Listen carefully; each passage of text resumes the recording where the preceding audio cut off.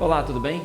Nesse vídeo de hoje eu vou conversar com vocês sobre a nova relação médico-paciente. Eu sou Oswaldo Simonelli, especialista em Direito Médico, e esse é o nosso Descomplicando o Direito Médico. Seja muito bem-vindo!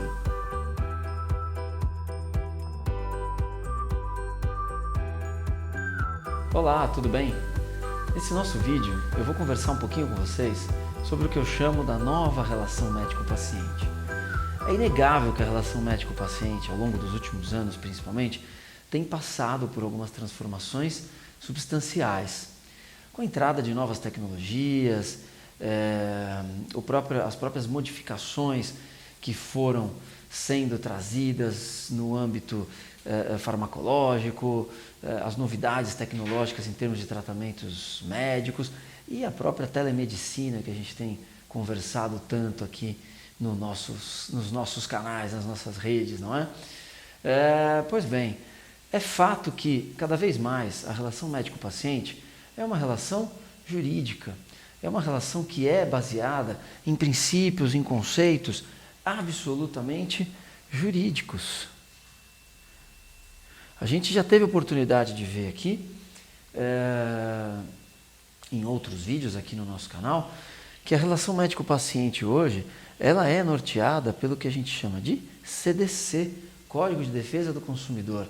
Ele é que apesar da gente ter, obviamente, o Código Civil como grande balizador das relações sociais, o Código de Defesa do Consumidor acaba sendo a legislação aplicável, não é a relação entre médico e paciente. Então, ao trazer o CDC para essa relação, a gente tem aqui a figura do médico como um fornecedor de serviços, certo? E o paciente como um consumidor de serviços. Claro que isso acaba trazendo uma série de inovações, uma série de modificações nessa relação entre eles. E quando eu digo que é uma relação eminentemente jurídica, é porque a gente tem aqui, então, na esteira do CDC e nas próprias inovações e alterações que foram sendo feitas ao longo dos anos no próprio Código de Ética Médica, a gente passa a ter o direito à informação como base dessa relação, certo? Então a gente passa a ter o direito à informação como base principal, formal dessa relação. A partir daqui a gente tem uma série de desdobramentos, como o termo de consentimento livre e esclarecido, ou termo de consentimento informado, não é? A gente tem a necessidade de um diálogo maior entre o médico e o paciente e tal, baseado sempre nessa questão da informação. Mas o fato é que a gente não pode esquecer que a medicina, ela tem como fonte, ela tem como foco, ela tem como maior e, digamos, principal objetivo aquilo que está no próprio Código de Ética Médica, não é? O alvo de toda a atenção do médico é a saúde do ser humano, em benefício da qual deverá agir com o máximo de zelo e o melhor de sua capacidade profissional. Isso está lá dentro do Código de Ética Médica. Então, o alvo de toda a atenção do profissional deve sempre ser a saúde do ser humano e sempre agindo em benefício desse seu paciente, desse ser humano que está sendo ali cuidado, com o máximo de zelo e o melhor de sua capacidade profissional. Isso é uma regra ética, é um princípio fundamental do exercício médico.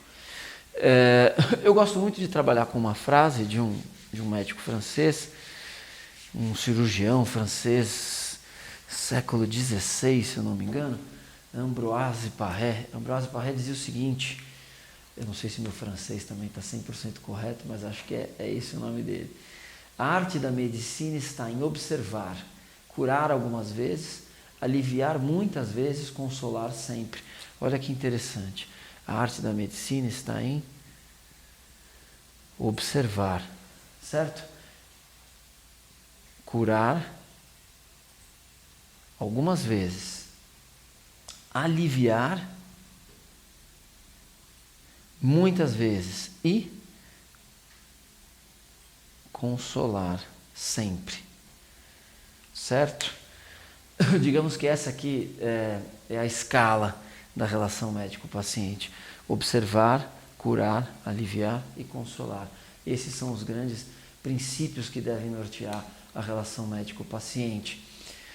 O próprio Código de Ética tem também alguns princípios que se relacionam diretamente, além, só para vocês entenderem rapidamente, o Código de Ética Médica ele tem uma estrutura muito interessante, porque ele começa com os princípios, depois dos princípios ele tem o que a gente chama de parte disseológica. A parte disseológica do Código são os direitos, certo? Então tem um capítulo só dos direitos do médico, até que a gente entre então nas questões deontológicas da profissão, que é a parte efetivamente punitiva do Código. E ali tem os artigos específicos que tratam da punição, enfim, na própria relação entre o médico e o paciente, certo? Aqui o que nos interessa nesse primeiro momento é a questão principiológica mesmo, é a relação médico-paciente na base principiológica, nos princípios fundamentais do Código de Ética.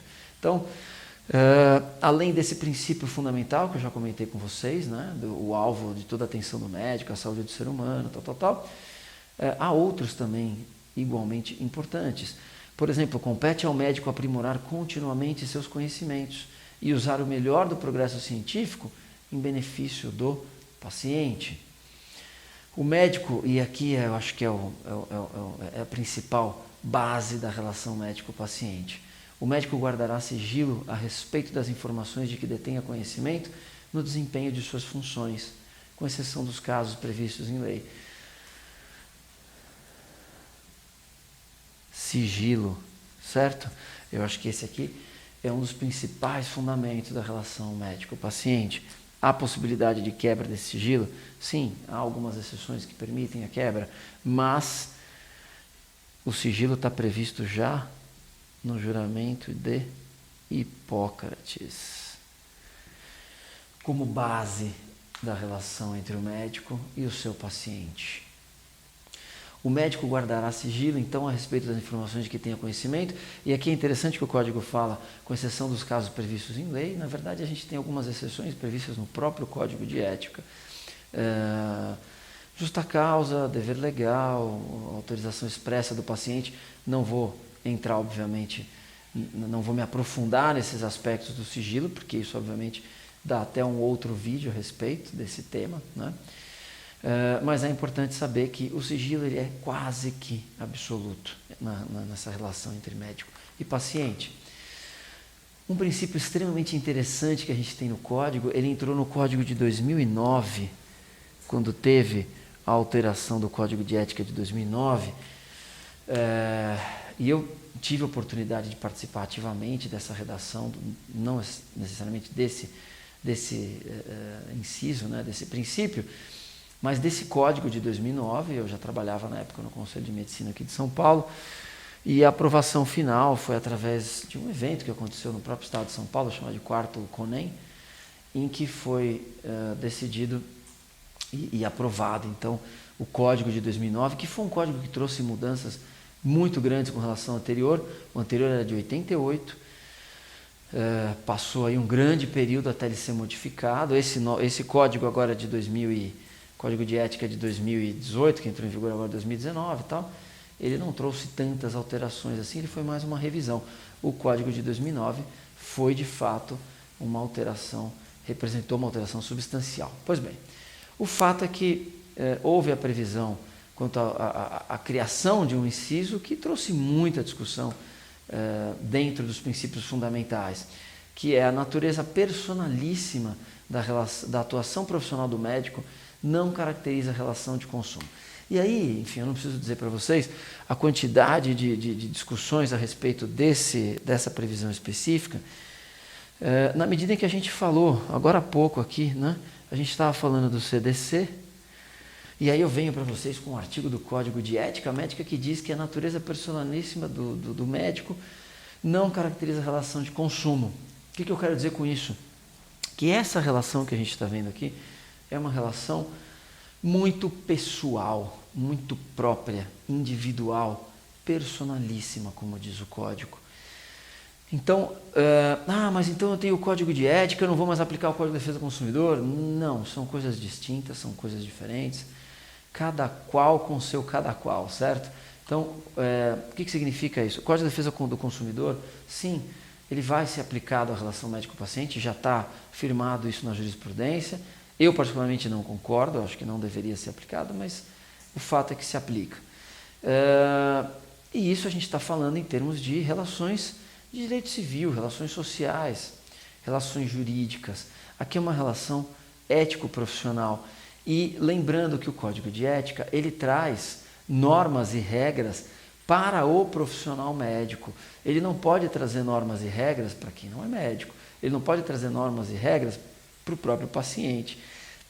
Não pode trazer normas e regras para outras profissões da saúde. Ele traz normas específicas para o próprio médico, certo? O que significa isso, então? Chegando à explicação a respeito da inserção desse princípio no Código de Ética.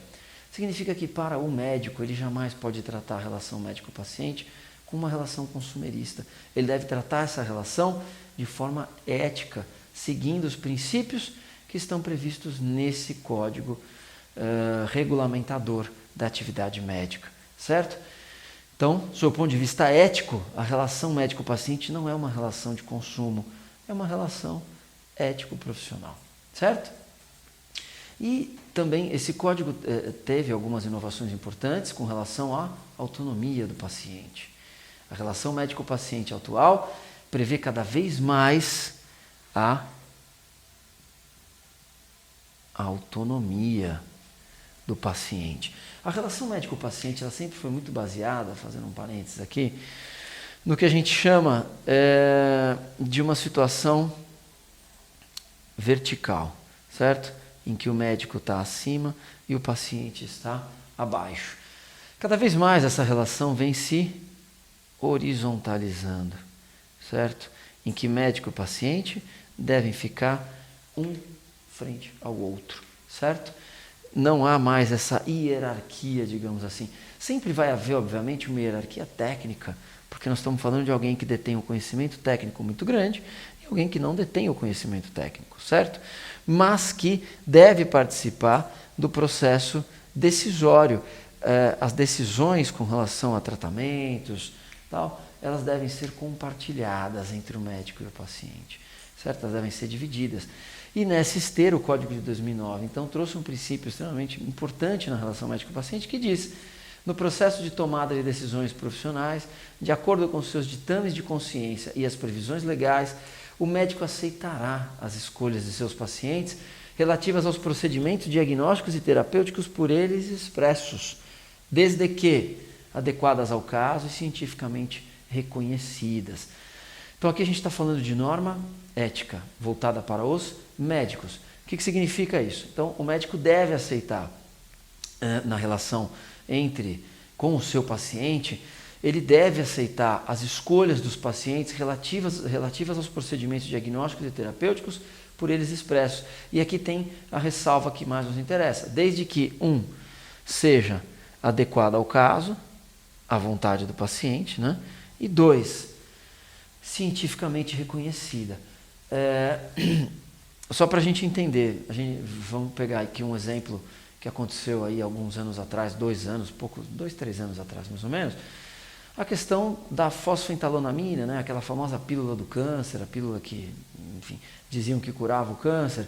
Imaginem que o paciente quer trocar o tratamento tradicional, através de químio, rádio e tal, pela fosfo. Então, ele chega para o médico e diz: olha, eu tenho um câncer, tal, eu não quero mais fazer rádio, não quero fazer químio, quero fazer a partir de agora só tratar com essa pílula que surgiu, enfim, que dizem que tem cura e tal.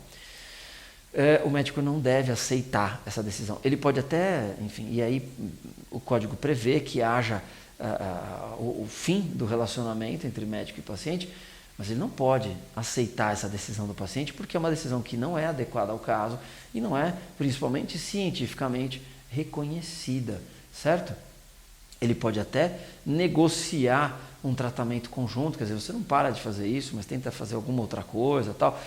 A gente tem hoje também, não vou entrar necessariamente nessa polêmica, mas a gente tem a questão da ozonioterapia, que ainda não é reconhecida, cientificamente reconhecida. Quando eu digo cientificamente reconhecida, é porque a quem cabe decidir as práticas que são reconhecidas dentro da comunidade médica? Ao Conselho Federal de Medicina, está previsto na lei do ato médico.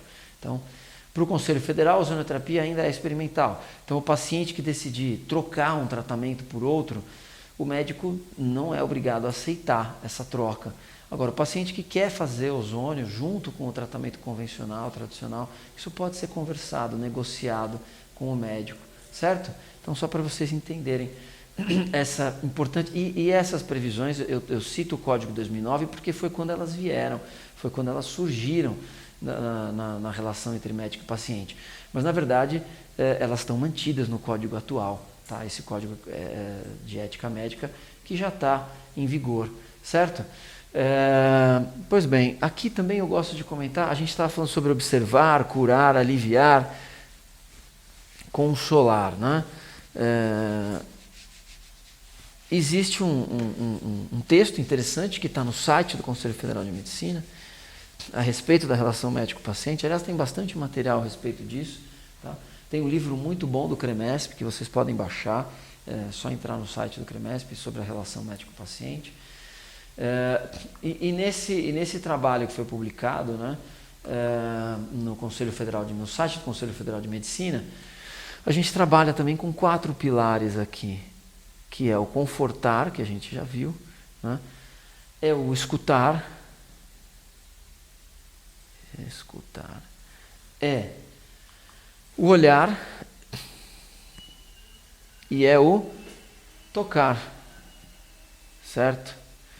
Esses são os 4 pilares que são trabalhados nesse artigo. A gente vai ver que, começando até do final, né, a questão do tocar, ela vai ficando um pouquinho mais distante nessa nova relação médico-paciente, a partir do momento que as tecnologias entram na relação, certo? Principalmente através da telemedicina, certo? Mas a gente tem outras formas aqui, para não ficar criticando a telemedicina. A gente tem a questão do WhatsApp, por exemplo, que já existe na relação médico-paciente. Não tem como negar, já existe até regulamentação do Conselho Federal para a utilização do WhatsApp, é um parecer, tal, mas não deixa de ser uma regulamentação mínima, certo? Mas o fato é que confortar, segundo essa matéria do Conselho Federal, é a mais nobre missão do médico, a síntese perfeita do humanismo pregado por Asclépio e Hipócrates. Não é piedade profissional, é apoiar, amparar, consolar. A doença provoca uma intolerável sensação de angústia, carência, despertando uma necessidade de carinho e afeição. Perguntas formais, prescrições, solicitação de exame, raciocínio diagnóstico, etc., são demonstrações de capacidade técnica. São importantes. A gente vai ver depois, quando eu falar com vocês sobre os 4 princípios da relação médico-paciente que eu acabei desenvolvendo aqui. Elas são importantes. Demonstrações de capacidade técnica trazem segurança para o paciente. Mas às vezes o paciente não quer só segurança técnica, ele quer segurança afetiva, emocional. O paciente naquele momento ele está fragilizado e ele quer uma atenção do médico, certo? Ele quer um conforto. Como bem colocado aqui, não é piedade profissional, é apoio, amparo, consolo, certo? Escutar. Vamos para o segundo. Escutar.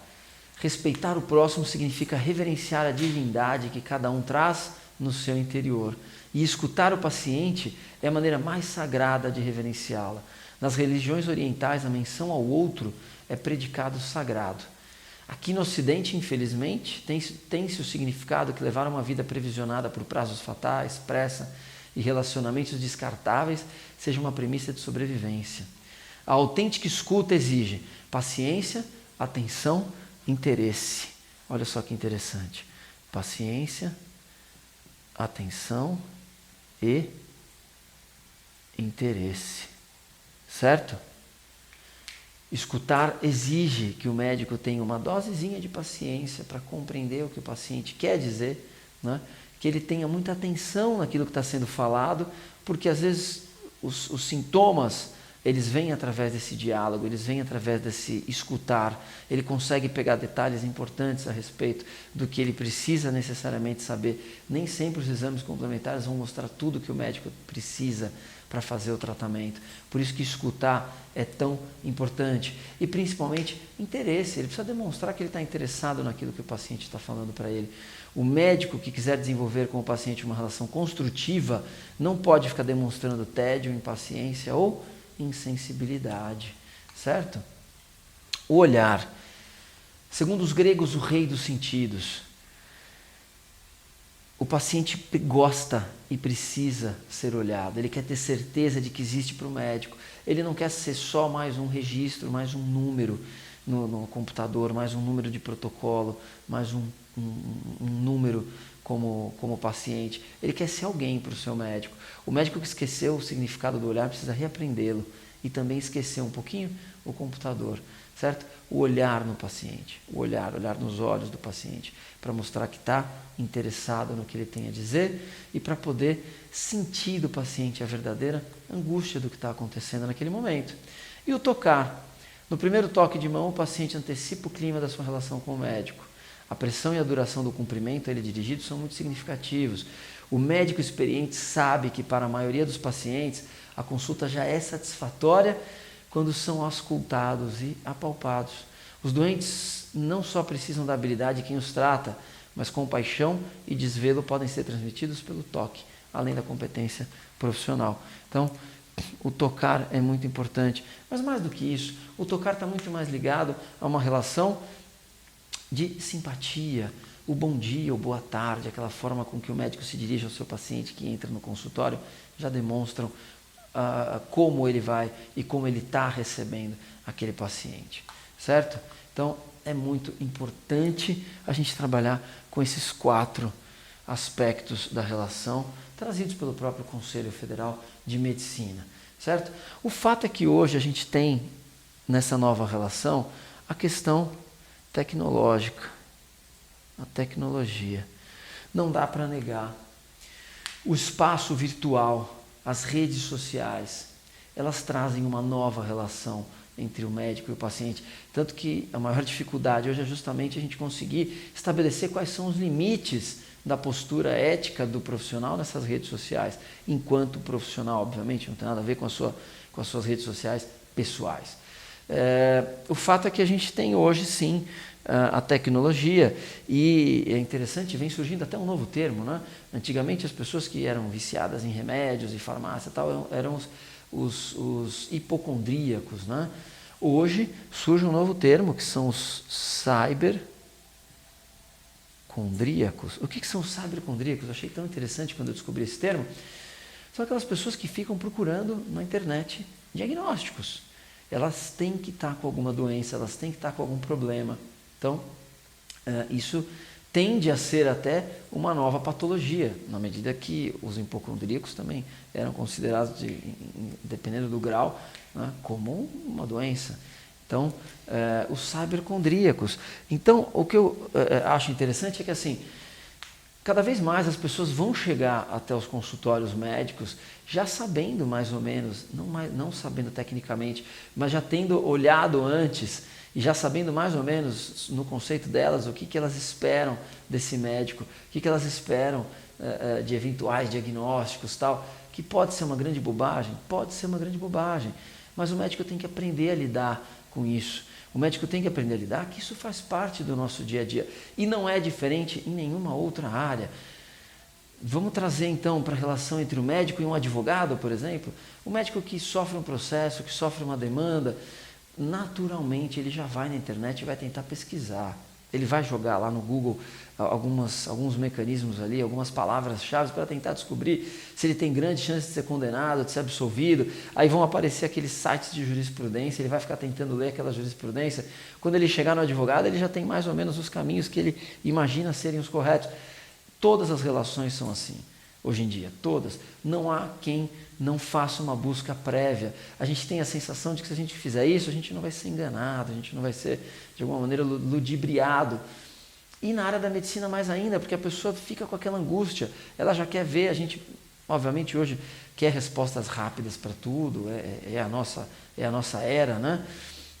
Então, é natural, e os médicos têm que se acostumar com isso, faz parte. O que eu indico é que sempre quando alguém já chega e dizendo que já consultou na internet, por exemplo, Que o médico tem a habilidade necessária para dizer, olha, que legal, vamos ver o que você achou na internet. Deixa eu ver aqui.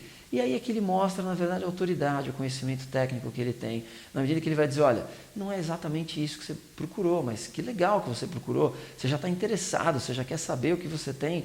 Vamos agora juntar aqui com a minha experiência e vamos trabalhar para descobrir de fato qual é o tratamento que você precisa. Cuidado com a internet, nem sempre o que está lá é o mais correto, né? Então, mas vamos dar uma olhada, o que você achou? Né? E aí já estabelece ali uma relação de extrema confiança com o seu paciente. Teve até uma brincadeira que circulou na internet, né, recentemente, que um médico italiano teria colocado na porta do consultório um aviso, isso acabou viralizando, que dizia o seguinte: se você já se diagnosticou no Google, né, e veio até meu consultório para uma segunda opinião, consulte o Yahoo. Né? Então, isso circulou, viralizou na internet e tal. Mas ele está indo atrás, sim, da opinião técnica. Né? O paciente, no fundo, sabe disso. Ele sabe que o médico é o mais capacitado. E aí cabe ao médico também trazê-lo para dentro dessa relação, certo? E na esteira dessa nova relação médico-paciente, eu acabei desenvolvendo o que eu chamo de os 4 princípios da relação médico-paciente. Fiz até um e-book uma época a respeito disso, tal. E o enfim, eu acabei concluindo que a gente consegue trabalhar nesses 4 princípios para poder imaginar uma relação médico-paciente saudável, uma relação profícua, uma relação que traga efetivamente um resultado bom, tanto para o profissional quanto para o paciente. Então, o primeiro desses princípios eu chamo de princípio da reciprocidade. O que significa isso? Médico e pacientes devem concluir que se trata de uma relação recíproca, em que ambos têm que colaborar para que o sucesso, e o sucesso aqui a gente trabalha com a questão da cura, né, seja atingido. É recíproco. Cada um tem que dar a sua parcela de contribuição nessa relação. Não é uma relação de mão única, é uma relação de mão dupla. O segundo princípio que eu gosto de trabalhar é o princípio da confiança. A partir do momento que o profissional entende, e o paciente também, que ambos têm algo ali a fornecer naquela relação, ambos devem trabalhar de maneira conjunta, eles passam a estabelecer uma relação de confiança. E aqui, novamente, a gente está falando de paciente e de médico. É uma relação também de mão dupla. O médico precisa confiar no seu paciente, o paciente precisa confiar no seu médico. Tanto que se o médico não confia mais no paciente, o Código de Ética permite que, exceto se for numa situação de urgência e emergência, ele possa interromper e suspender qualquer tipo de tratamento que ele esteja acompanhando, fazendo de tudo para que esse paciente possa dar continuidade com outro profissional, certo? Por fim, em terceiro lugar, não por fim, né, a gente tem o princípio que eu chamo da autoridade. Aqui é quando o médico começa, já tendo uma relação de reciprocidade e confiança, é quando ele pode efetivamente passar para a questão técnica, porque aí ele é a autoridade, não tem nada a ver com autoritarismo na relação médico-paciente, não é isso. Autoritarismo na relação médico-paciente era aquela que a gente tinha anterior, aquela relação vertical, certo? Na relação horizontal a gente tem sim a reciprocidade, a confiança, mas a gente sempre vai ter a autoridade do médico, a autoridade técnica, porque ele é que conhece. E quando o paciente já estabeleceu essa relação de confiança, fica muito mais simples para o médico demonstrar a sua autoridade na área, naquilo que de fato é a sua competência principal. E por fim, a gente tem a ética, o princípio da ética. Dos dois lados ele deve existir, da mesma maneira. O médico que de alguma forma tenta ganhar uma vantagem em cima do paciente não vai conseguir estabelecer uma relação saudável, não vai conseguir estabelecer uma boa relação com esse paciente. Não tem jeito. Por outro lado, o paciente que vai até o médico só para tentar obter uma vantagem, um atestado gracioso ou alguma coisa nesse sentido, obter um benefício, ele também não vai conseguir estabelecer com o profissional uma boa relação. e a gente não vai conseguir trabalhar essa relação de maneira correta, como de fato ela deveria ser, certo? Então, a ética aqui não é a ética profissional, não, é a ética das relações humanas, é a ética, além, obviamente, da ética profissional, ninguém está retirando a aplicação do código de ética aqui, mas mais do que isso, é a ética das relações sociais, certo? É o dever mínimo de moral que deve existir nas relações de vida, nas relações sociais, que todos nós devemos seguir. É o mínimo médio que se espera, certo? Então, só para a gente poder concluir, chegando já aqui ao finalzinho, essa relação médico-paciente, então, ela pode ser dividida dentro disso que a gente está tratando aqui dos princípios, em algumas diretrizes jurídicas, certo? Quais são essas diretrizes jurídicas? Lembra que a gente iniciou o vídeo falando o quê? Relação médico-paciente é uma relação jurídica cada vez mais, certo? 1. Direito à informação. Essa é uma diretriz jurídica. O paciente tem direito à informação. 2. Direito ao sigilo profissional. Essa é outra diretriz jurídica, porque o médico não pode, exceto nas hipóteses previstas no Código de Ética, revelar qualquer forma de segredo. É um direito do paciente, a questão do sigilo profissional. Direito ao livre exercício de sua autonomia. O paciente tem direito de exercer sua autonomia dentro daqueles limites que eu comentei logo no início, quando falei dos princípios do Código de Ética da relação médico-paciente. O paciente tem direito a um tratamento digno e respeitoso. É direito do paciente sempre ser tratado com dignidade e com respeito. E aqui é um direito de ambos, é uma diretriz jurídica que cabe a ambos, tanto a paciente quanto ao médico, que é o direito de encerrar a relação quando não houver mais a confiança, certo? Então, essa é são algumas características da nova relação médico-paciente. A gente tem diversas outras que vão ser tratadas em outros vídeos e em outras possibilidades, mas aqui é a base. Anotem, estudem, revejam esses vídeos quantas vezes for necessário e a partir daqui vocês têm então uma estrutura do que é essa nova relação médico-paciente. Muito obrigado por ter ficado comigo aqui até o final. Não deixe de se inscrever no canal, deixa aqui o seu like, continue acompanhando aqui os nossos vídeos, tá bom? Aqui muito conteúdo que eu faço de maneira muito aberta e faço porque gosto mesmo para dividir esses conhecimentos, as experiências que eu tenho aqui com você, tá bom? Obrigado, até o próximo vídeo, um grande abraço, vamos em frente, valeu!